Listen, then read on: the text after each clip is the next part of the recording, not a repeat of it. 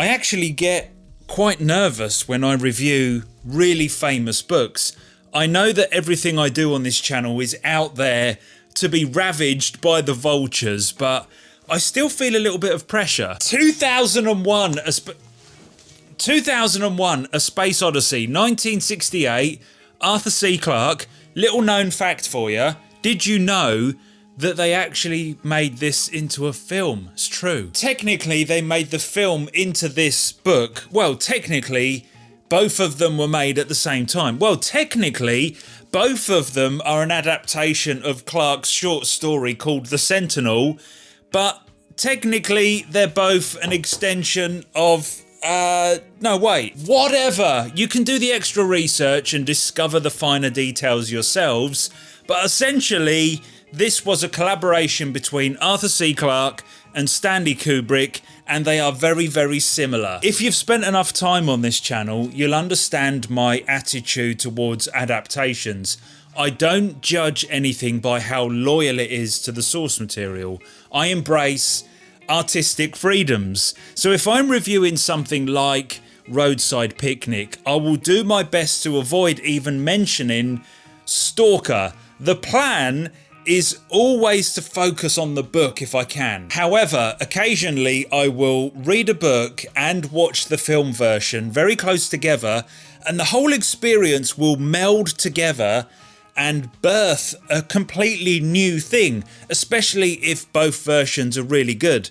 That's what happened with Annihilation and A Scanner Darkly, and it definitely happened with 2001. Except in this case, it was way more extreme.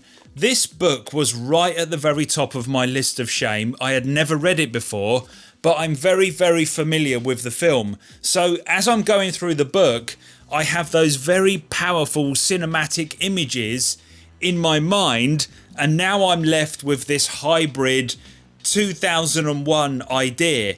I'm trying to review the book, but Stanley Kubrick is looming over the pages. The Dawn of Man. See, it's already happening. The first part of this book, the first 6 chapters, is actually called Primeval Night. The Dawn of Man is from the film, isn't it? Or did I make that up? I always refer to this section as The Dawn of Man because it feels more powerful and it explains exactly what's going on. A couple of million years ago on the plains of Africa, before we were humans, we were big ape things, hominids, scratching around in the dirt looking for food, occasionally screaming at each other, but we were on the road to extinction. I think Clarke sets the scene... Fucking window cleaners.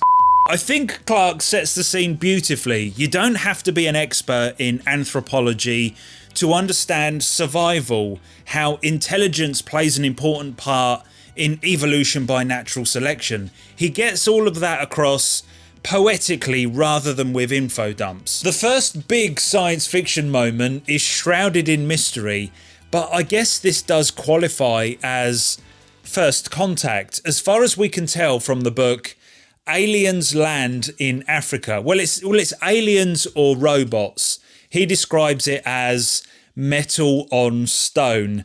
They leave behind a big man-made, alien-made monolith, which is like a big rectangle slab in the ground, and then they leave. Is it still first contact if contact is made by a probe or a machine, not the actual alien? I think it does count, because we would still be counting like picking up a signal as proof that something else is out there. But is it first contact if the other half of the contact isn't sentient, so they don't understand what's happening? The hominids have no fucking clue what's just happened, but I guess that's the whole point of the book, because at some point in the future they will have a clue of what's happening because of this contact. This may be my favourite bit of Clarke writing of any of his stuff that I've read. He's not that well known for his flamboyant use of language. He's clinical, an ideas man. But here we have the very heavy concept of capturing the exact moment of uplift. The light bulb moment before light bulbs were even a thing. and I think he does it perfectly. It reminds me of the Morning Light Mountain evolution chapters from Pandora's Star. Peter F. Hamilton does a very similar thing where he somehow removes the story from a traditional narrative because we don't have the standard characters or reference points. I think it has something to do with the Dawn of Man story would be absolutely fascinating to me, even without the monoliths or the uplift angle, because it's almost a true story. We know that at some point millions of years ago there would have been an ape, a hominid, that really did pick up a stick or a bone for the very first time and use it as a tool, which started a chain of events which led to us putting a man on the moon. Then we get this amazing cut of a bone tumbling through the air, and it morphs into a spaceship to signify the passage of time or the advances in technology. In the film, I was hoping for a link in the chapters to mirror what Kubrick was doing in the film, but I don't think it's there. But the book does have that same sterile action and matter-of-factness of the film for the next 50 pages or so. It's typical Clarke. The idea and the bigger concept is absolutely fascinating. We find another monolith on the moon. Well, it's not another monolith to the characters, because the characters in the book don't know about the original one that uplifted the hominids millions of years ago. Only the reader knows about that, and the robot aliens, of course. Now this monolith points us to a specific place in the outer solar system, one of the moons of Saturn or Jupiter, somewhere out there anyway. It's like we are very slowly solving a puzzle whose pieces have been laid out to us over millions of years by something more intelligent than us. That comes across very clearly, that humanity has to develop. We have to get to a certain level before we can solve the next piece and move on with the game. That may be an utterly tantalizing idea, but the writing, the characters, and even the motivations felt a little bit bland, just like in the film. But it does fit the style of this book. Clinical and bland works in a novel that is telling a much grander story. Olaf Stapledon done a very similar thing. I don't think 2001 would have been that successful if the rest of the book was about finding more monoliths and flying around in spaceships. Even with the wormhole and the Star Child stuff at the end, this book needed something special.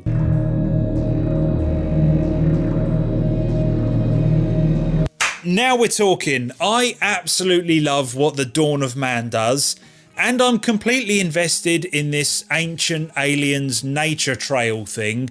But Clarke's anti-character, the HAL 9000, is the star of the show. Again, I can't deny that the film is doing most of the heavy lifting here. As I'm reading the book, I'm already there. The voice, the somehow creepy as fuck red dot, the story. I already know that HAL gets unplugged. But that didn't take away any of the enjoyment. In fact, it allowed me to focus on some of the debates that me and my fellow dorks have been having about HAL over the last few years. But all those questions came from the film. But we get more information here, more details about why HAL would act like that.